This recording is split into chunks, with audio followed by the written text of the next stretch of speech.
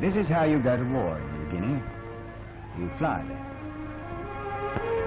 You're leaving an airfield in Port Moresby area, flying back to the valley where your battalion's fighting now.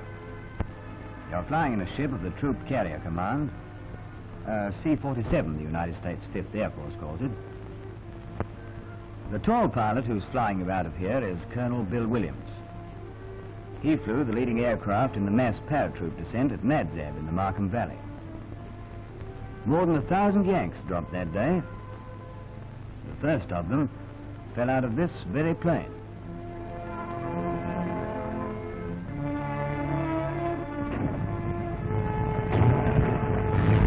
Up in front's the squadron's mascot. There's not a tree in New Guinea that dog doesn't know.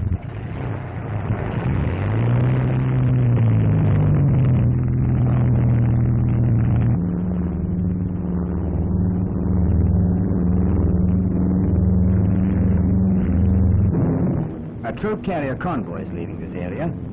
You're on your way to join it. You're in formation with the convoy. You know that way up above you, fighters are giving you top cover. Some of the boys have seen all they ever want to see of New Guinea. They'd sooner see kings and aces. And Buster's taken up music.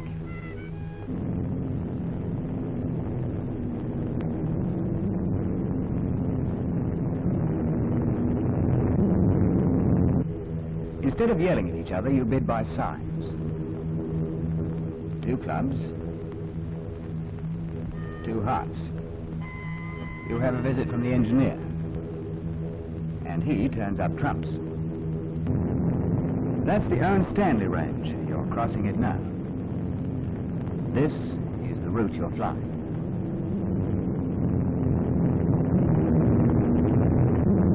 Over the Owen Stanleys down there runs the Kokoda Trail. A year ago, you stopped the Jap there. You pushed him back over the range in 6 weeks. Now it's a pushover for you in 16 minutes.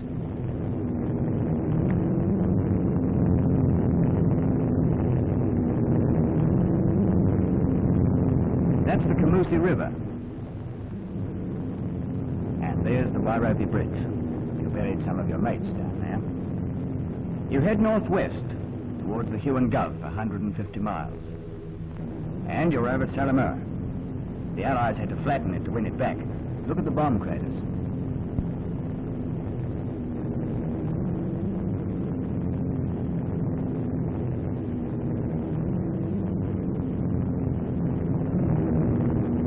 And now you're wheeling over Leh. Down to the sea runs the airstrip. Jap bombers used to take off from here to give you hell. You came in here and gave the Jap hell. And Buster's taken up music again.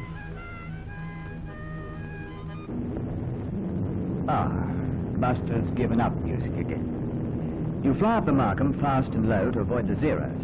You go slamming up the Ramu Valley, over native villages and plantations, over the Ramu River itself. You slide into the airstrip at Dampu, and that's the end of the ride.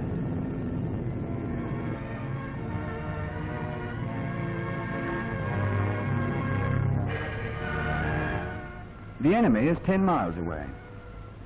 This is the Allied airstrip nearest to Tokyo. And soon Honeymoon Express will be rolling out of here with a load of wounded, maybe, or men going out on leave. We're seeing you.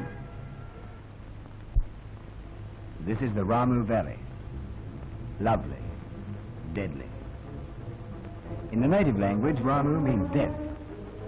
Kunai meadows reeking with malaria with scrub typhus. But Australian soldiers have fought their way 100 miles along it, lived in it, have died in it. Now the war has gone into the Finisterre Range. The 7th Division are fighting the Jap along the razor-backed ridges. The battalion's up there, up near Shaggy Ridge. Your section's going up to rejoin the battalion. The river's running at 8 knots. It can sweep a man away and drown him, but not 8 men. So you make a chain, and you haul each other across.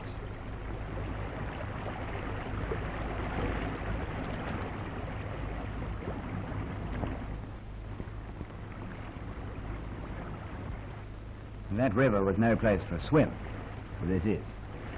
Maybe you won't have another bath for weeks. Oh, Buster's taken up music again. Now you can fight in peace.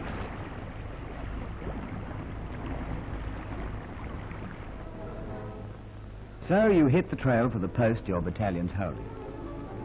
You're in the Kunai, the coarse New Guinea grass that grows 10 feet high, that rasps you like sandpaper.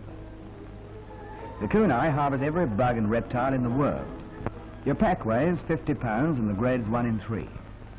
The temperature's over 100 degrees. It's 5 miles airline to Shaggy Ridge. You'll walk 30.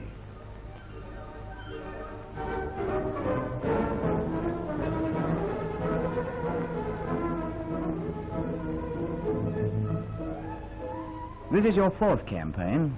You fought in the Western Desert, in Syria, in the Owen Stanleys. You're veterans, all right. And you feel like veterans. You've climbed 2,000 feet. Okay, Maxie. They're Yanks. On their way to bash the Japs at Madang. A Bung train's going up the line. You couldn't fight the New Guinea War without the Bung. The steady, patient Bung.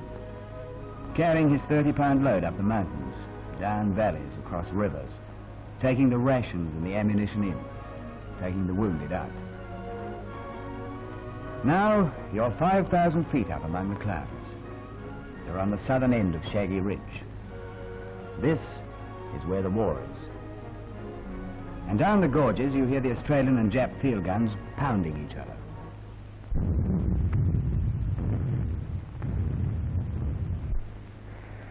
So you come home, back to the post your company's manning. You find some of the boys are missing. It's raining. Here it's always raining. You pitch your tent, you and your mate. You carry half a tent each. The halves join with press stones. Tonight you'll crawl into it under your mosquito net. This is where you live. By jungle standards, this is comfort. Your diet's steady, bully beef. You sniff that savoury odour and your heart aches for the rationed civilians, like Helen does. You're no debutant, but you powder your feet. That's how you ward off tinea. You use insect repellent to keep away the malarial mosquito.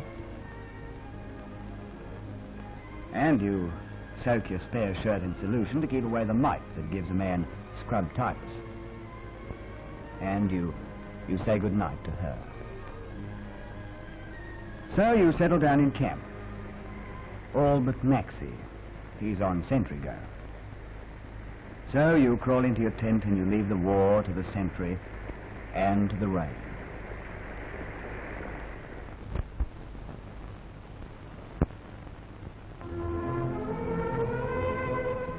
The night passes and the rain with it. Your section's got a job to do and you start getting ready.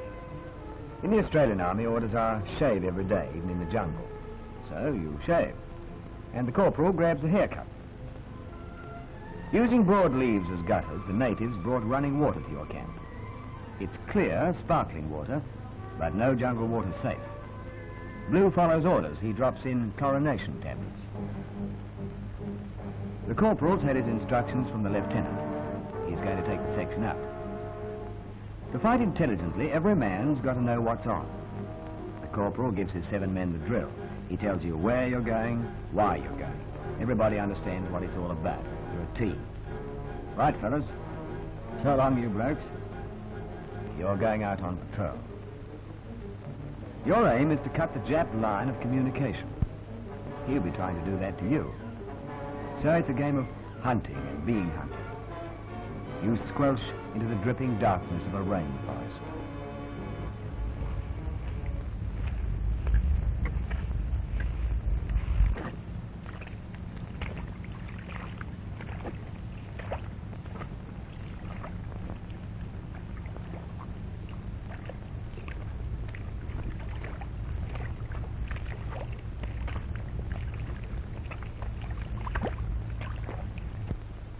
You travel the slow miles like this.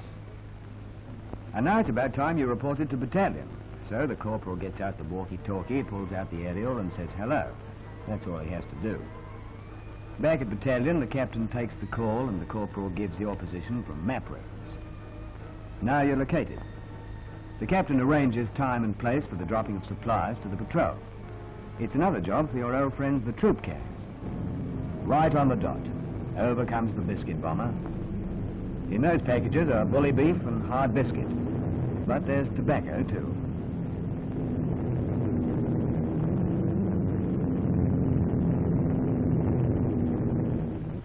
Fast-running rivers tumble down from the range. In a day, you may have to make 10 crossings, waist deep. And there's nearly always a squelching inside your boots. Your feet feel like sponges. You leave the river, come to a swamp. You look around for crocodiles that some float around like logs. Then in you go.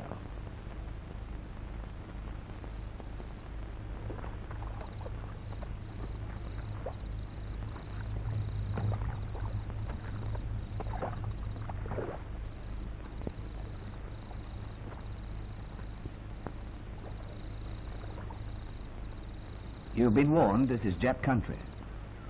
There's a Jap post somewhere around here. You come out of the kunai in patrol order. Blue's first, he's the scout. You follow. A Bren gunner, 2 Owen gunners, 4 riflemen. You're hunting an enemy you can't see.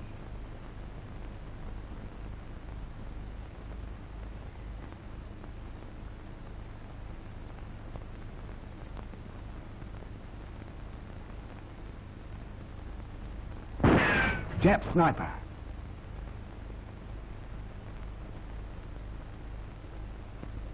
Jap strong post.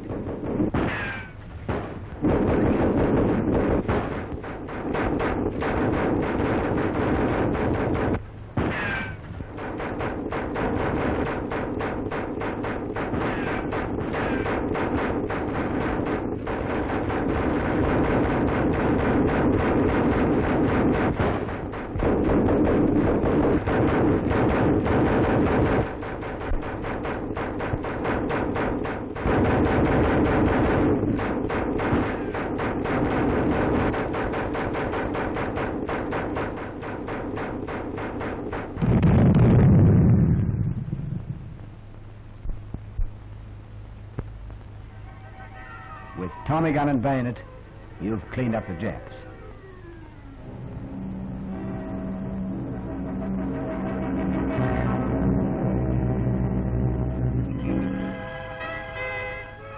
And now it's all over, you clean up the jungle. Up there on the mountainside is a treetop observation post. It overlooks the Jap positions on Shaggy Ridge.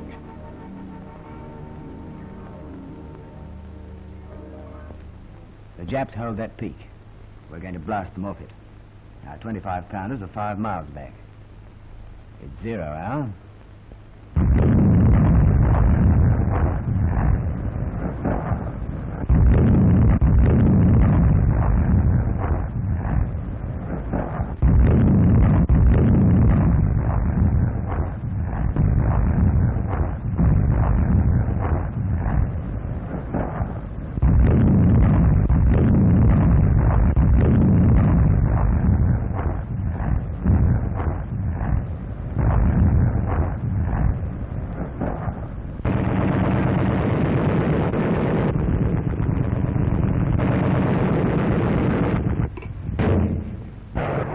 Now the air blitz begins. Here come the Warhawks. They strike the Japs.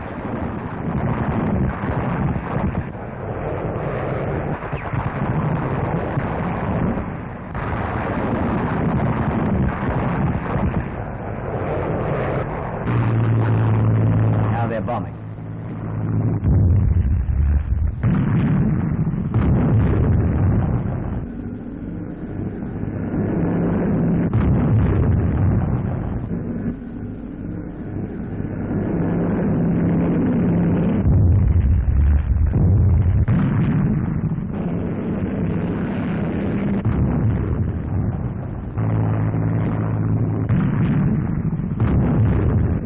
Watch that bomb falling.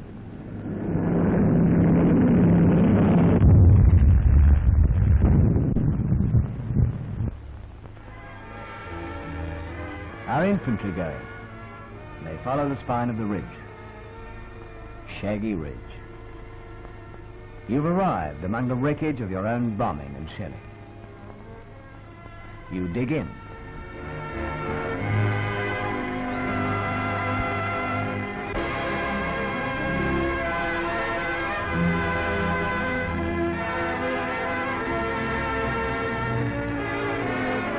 You paid a price, but the victory flare goes up. Objectives attained. And a pilot celebrates with a victory roll.